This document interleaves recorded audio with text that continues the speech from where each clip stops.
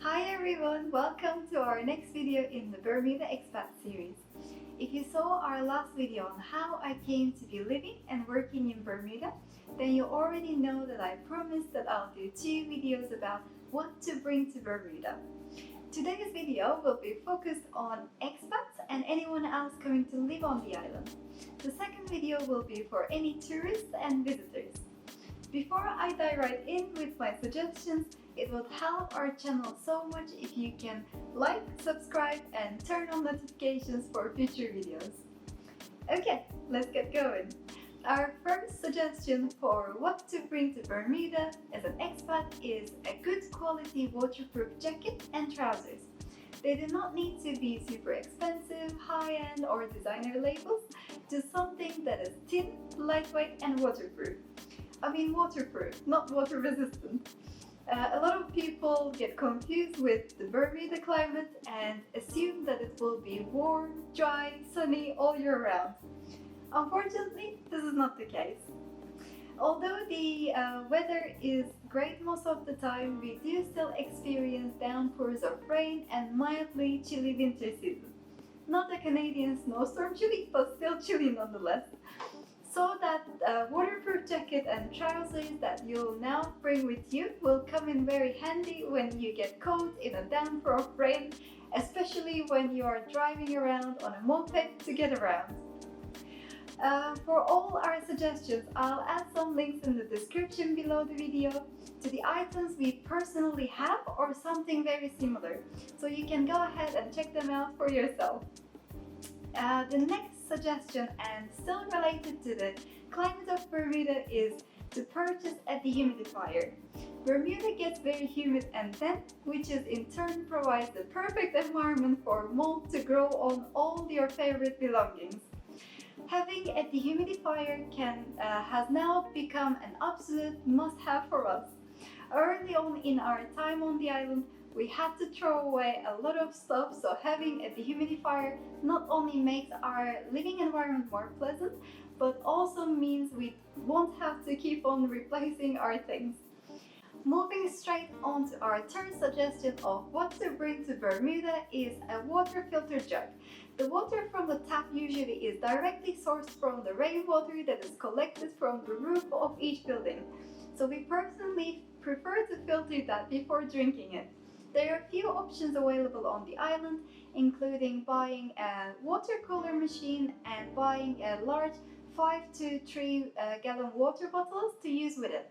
However, we found it easier and cheaper to just bring one of the large Brita water filter jugs and keep it in the fridge. Another suggestion for what to bring to Bermuda, which may or may not apply depending on where you're moving from, is to bring with you some power converters and plug adapters. As we came from the UK, this saved us having to repurchase our electric items that already had the UK plugs. As Bermuda has a different electric current to the UK, we also had to get some power converters. Bermuda is 110 volts, whereas the UK standard is 230 volts. These were well worth as we noticed some of our items such as NutriBullet blender struggled to work properly if we didn't use our power converters. We would have had to miss out on all our smoothies or had to get a new one. If you were coming from the US or Canada, then this won't apply as you already have the same electrical current and plugs. Our fifth suggestion is to bring something that will keep you entertained during any periods where you may not have any power. Before I actually scare you, let me clarify that and say that Bermuda is pretty reliable and rarely has power cuts, but they do happen, especially when the island is battling a tropical storm or a hurricane. So far we have been lucky and have only had one day after the hurricane where we had no power at home. However, some of our friends have told us that after the hurricane in 2019, some places had to wait 2 weeks to get the power restored. Hopefully this won't happen again, but if it does, it is a great idea to have something to keep you occupied that doesn't rely on a connection to a power source or internet. Maybe some board games, puzzles, or even some art supplies would help.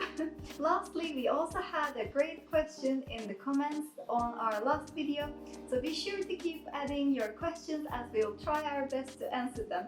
The question was, what items are best to pack and bring with you, and what items can you pick up at a reasonable price when you are on the island?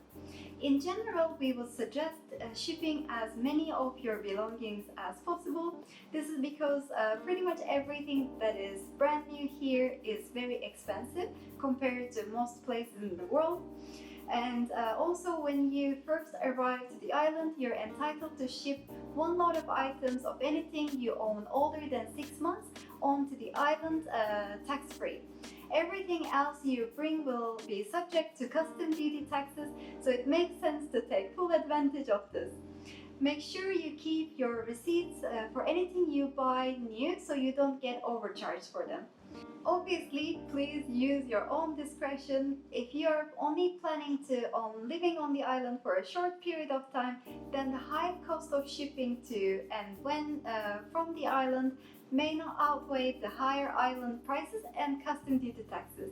Also, as everything brand new here is generally very expensive, and as people leave the island all the time, there are great options available for second-hand items. So if you ship too much over initially, then you can always sell the unwanted items very easily for a decent price. Or if you are prepared to be patient and do not mind using second-hand items, then it may work out better for you to ship just the things that you think you'll need than try to find good deals on the second-hand market here. Alternatively, why not try out minimalism or save tons of money by not owning very much? It is of course not worth noting that the shipping of your belongings isn't cheap either, so it does come to personal preference and your own circumstances. You can check out Emu and find the Bermuda Facebook market groups for second-hand items. I'll add some links below. One particular item we would definitely recommend bringing with you instead of buying here is clothes. I know you're bringing a lot of clothes anyway with you, but bring more than you think you'll need. Some of the prices here for decent clothes are quite frankly ridiculous. Ben is still having nightmares about the $80 we had to pay to get an emergency flip-flops after mine broke. So remember, moving countries is a huge process anyway, so as always, do a lot of research as you can and plan ahead. That sums up everything for this video. Thanks for watching and keep an eye out for the next video for what to bring to Bermuda as a visitor or tourist. Well, take care for now. See you soon.